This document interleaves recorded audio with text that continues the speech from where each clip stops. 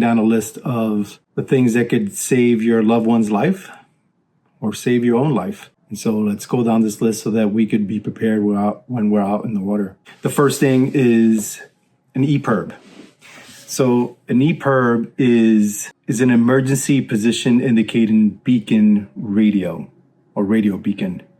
And so what this device does is when activated, it sends out a signal to the satellite and it notifies all of the authorities of where you currently are, what position you're currently in.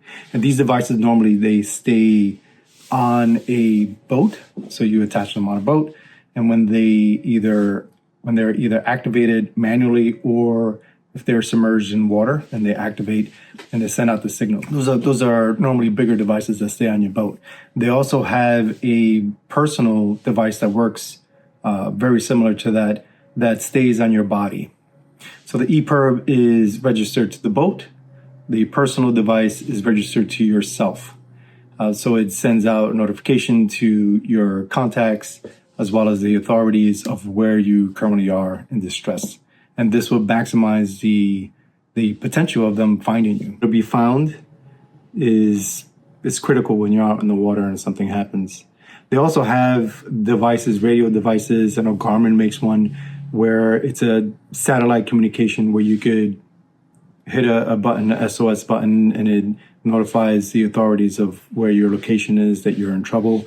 It also lets you text through satellite.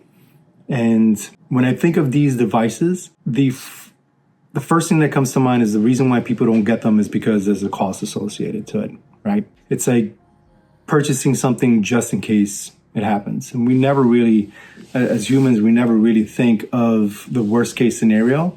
And so we tend to, put that in the back of our brain and we don't really act on it. I'm hoping that this video changes people's mindsets on safety, just getting things just in case something happens. Okay, so that's location based. Let's talk about drowning. Drowning is another way that you could perish while you're kayaking. And you don't have to be out far into sea to drown, right? It's pretty easy to get disconnected from your vessel and pass away. Life vest. Like I see kayakers all the time without life vests, and it boggles my mind. It's such an easy thing to put on and so accessible that I don't know why you wouldn't do it. And plus it has cool pockets and you could store stuff in there. I use it all the time because I could store my things, store my items, and it's accessible. It's right in front of me. And so it's foolish not to have a life vest on when you're on a kayak. So get a freaking life vest and put it on. Don't be a jerk. Practicing another thing that's something that people avoid, and it's because it's an inconvenience, and that's re-entering their vessel. It's an inconvenience, right? You have to get wet. The insides of your kayak gets wet. You have to take everything off so that you don't lose anything. It's an inconvenience to practice re-entry. But this could save your life. Because if you're ever put in a position where you need to re-enter your kayak, if you've practiced it, you know how to do it. You're able to get back on, without having to struggle or having to try to figure it out when you're under pressure to try to get back on. So wait for it to be a nice warm day and just make a day of it and have fun while you do it. The more you practice it, the easier it is for you to do in a situation where there's a lot of stress involved. So practice re-entry. Another way that, and this is, I struggle with this one, and this is hypothermia. So I'm from New York, right? So I've fished Montauk before, and when you're fishing the rocks in Montauk, you normally wade out or even swim out to a rock, stand on a rock, and then you fish from there just to get a good vantage point. And so what we would do is we would wear waders, and then we would put a dry top on top with a belt, and that would keep us dry. The problem with a dry suit like that is that it's super hot. Like if you're wearing it in warm weather, you're gonna overheat, you're drenched, sweating. And so I don't know if that's the way to go. What people are doing in Montauk, as of recent, I would say the last 10, 15 years that I've noticed, is they wear wetsuits. So they have wetsuits on. So maybe wetsuits is the way to go when you're kayaking, to prevent you from hypothermia when you're in the water, if something were to happen, right? I don't want to say they're fairly inexpensive, but it's something that you might even have. If you're a surfer, you'll have one. If you go diving for lobster or scuba diving or anything like that, then you already have a suit. But that's something that I'm gonna consider getting going forward, and just have that on if I know that there's a potential for me to fall in the water, and it's gonna be dangerous for me to stay in the water for X amount of time. So that's something to consider. And then another thought I had was dehydration. And this is more of a niche product, but it's good to know that they have these things available if you're ever put in a situation, even if you're going hiking, right? Where you might get lost, and it's going to be a couple days for you without having water. And so they sell water bottles that convert salt water into fresh water. Isn't that cool? So that's something that you could have with you, just in case you ever put in a situation where you need fresh water. And this device that I'm going to talk about now is something that I purchased for my daughter. My daughter was doing junior lifeguards, and there was a lot of stingrays in the water, and she was afraid of going in the water and being stung by a stingray.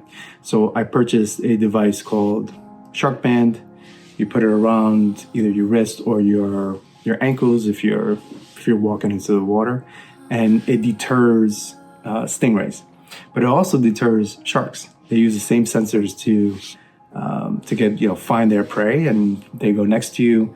It disturbs those sensors, and it deters them from attacking you. Right, so that's really good peace of mind if you're ever lost in sea. This would prevent you from being attacked by a predator that's just curious about you and wants to see what you are. And they don't have hands, so they feel with their teeth.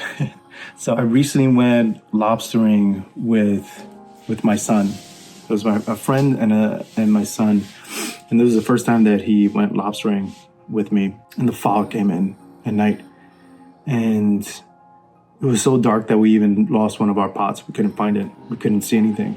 And we had to rely on our navigation device to be able to get home. Drove really slowly, used our navigation to get home. And if it wasn't for that, we would have to anchor up and just stick it out and wait until the next morning to be able to get home. But they sell devices that cut through the fog where you could see items in front of you, right? And they use thermal sensors. Now they have devices that have cameras that you can put on your boat, and then they also have handheld devices, which I ordered. It's on its way. Handheld devices that it's a binocular. It's not a binocular. It's a monocular. I don't know. You put it to your eye and you could see 500 meters away, and you can see device. You can see things on the water. This is good one if you're in a foggy situation or you're at night and somebody falls overboard. You can use this device to see them and recover them. You could also see things in the water when you're sailing at night to prevent you from hitting any logs or debris in the water or other boats that don't have their lights on. And it's fairly accessible, and they have a whole range of them from inexpensive to expensive. I got one kind of in the middle that will serve the purpose for me while I'm on my boat, as well as my kayak. And so that's something that I'm always going to carry with me as well, just in case. Hopefully it's one of those things that I never use ever. But if I need to use it, I have it. And that's what it's all about. That's the point. The point is being prepared just in case and just hoping for the best. So I hope this changes your mindset of being prepared on the water, because it could save your life. It could save the life of your loved one. Like, can you imagine being out in the water and putting your friends and family in danger because you don't have these devices to kind of help you if something hits the fan? It's not worth it. I hope you found this helpful. Share it with somebody that you know that goes fishing, and let's just stay safe on the water. I'll see you out there. Peace.